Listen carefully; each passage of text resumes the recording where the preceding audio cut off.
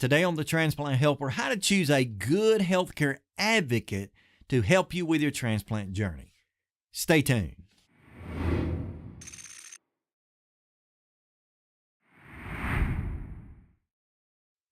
Hey folks, welcome to Transplant Helper. Today, my name is Jim Merle, and today we're discussing the topic, how to choose a good healthcare advocate. And I choose to use those special words, a good healthcare advocate, because sometimes some of the people who are supposedly advocating for us don't really do a good job. Now, I understand also in that oftentimes our greatest healthcare advocates are our loved ones, our caregivers, our family members, that sort of thing. And so they're pretty much elected to the position by marriage or by kinship, something like that. So if that's the case, maybe you ought to take this video, kindly share this out to them so they can hear these 4 tips in order to understand what their duties are as a healthcare advocate. So here we go, right out of the gate. Number 1, in order to be a good healthcare advocate, that person needs to be willing to attend all of your appointments. That is, to attend all of your appointments. Now, I understand there'll be the occasion when it's not really necessary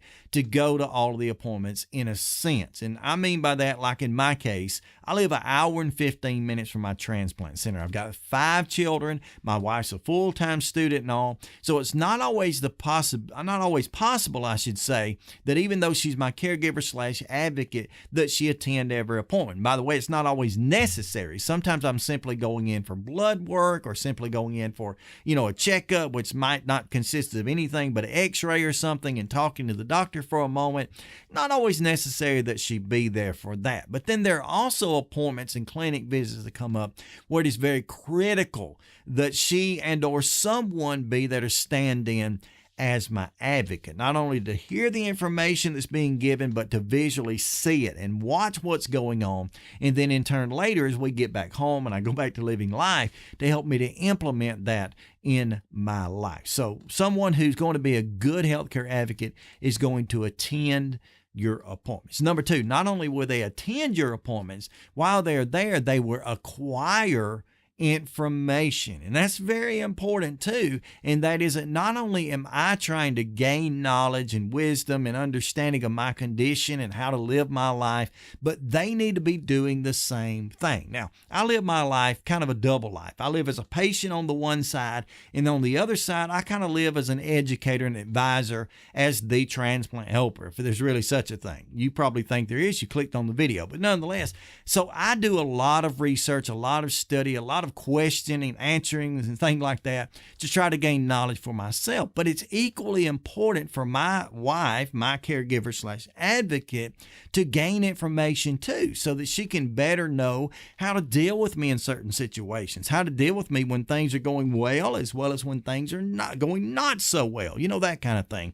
And so it's important that a good advocate be willing to acquire information. In the third place, it's also equally important that person also be willing to answer for us in certain situations. And by that, I don't necessarily mean answer as in the doctor says, well, tell me how Jim's been doing lately. How's he been feeling? And my wife speaks up as she had in the past, even when I wasn't willing to, and says, well, tell you the truth, doctor, he hadn't been doing so good and he's got this problem or that. I don't mean by that answering as far as like a question is given, an answer is applied. I don't mean that.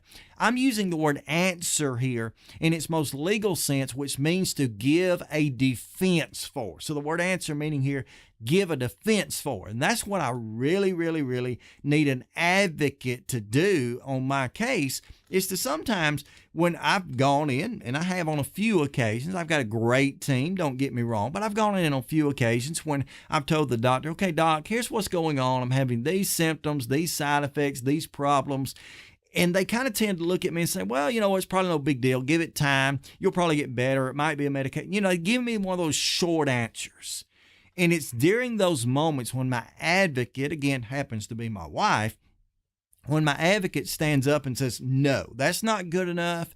He's been having this for X amount of days or X amount of weeks, and we need to have an answer to that now. So therefore, they're defending or they're answering for me. A good advocate will always defend or answer for you during those situations. So that's another important thing. So not only to attend, to acquire, but to answer. And then here's the fourth thing. A good advocate will also be willing to administer. And I mean by that, to administer to us the care and or treatment that we need. You know, if we go into clinic, say on any given day, and there's a little bit something going on, maybe the doctor's making some medication changes, making some recommendations for us, or even just flat telling us, you need to do this, not that. It's a good advocate who steps in when we get back home and when we get back to life, if you will, who stands beside us and says, look, remember the doctor said this and you're going to do it. And they kind of push us, you know. They not only, while we were in the office, kind of push the doctor to get something done. Now when we get back home, they're pushing, they're motivating, they're ministering toward us now the treatment that we need. A good advocate will do that. And I suppose you could probably come up with another 100 things a good advocate would do. This is kind of where I funneled things down, narrowed them down to make this list. So let me remind you what they are. Number one, a good advocate attends our appointments, acquires the information, answers for us or gives a defense, and then they administer the treatment when we get back to life. I hope this has helped you out in some way. If it has, how about go ahead and give me a thumbs up or a like, share this program out. And by the way, if you're a patient, I think it's an awesome idea that you would share this out to your caregiver, to your advocate, just so that, you know, they can kind of be reminded of what their duties ought to be in order to fulfill that role. I'd love to hear about your situation. I'd love to hear who it is that stands as your advocate, your caregiver, and what it is that they do for you that's so important. Leave that in the comment section below. I'll have some video links that I'll put up here on the screen in a moment. I recommend that you take view of some of those, as well as in the description also a few links of things that might mean something to you. I really appreciate you joining me today on this program. And until next time, stay stronger, friends.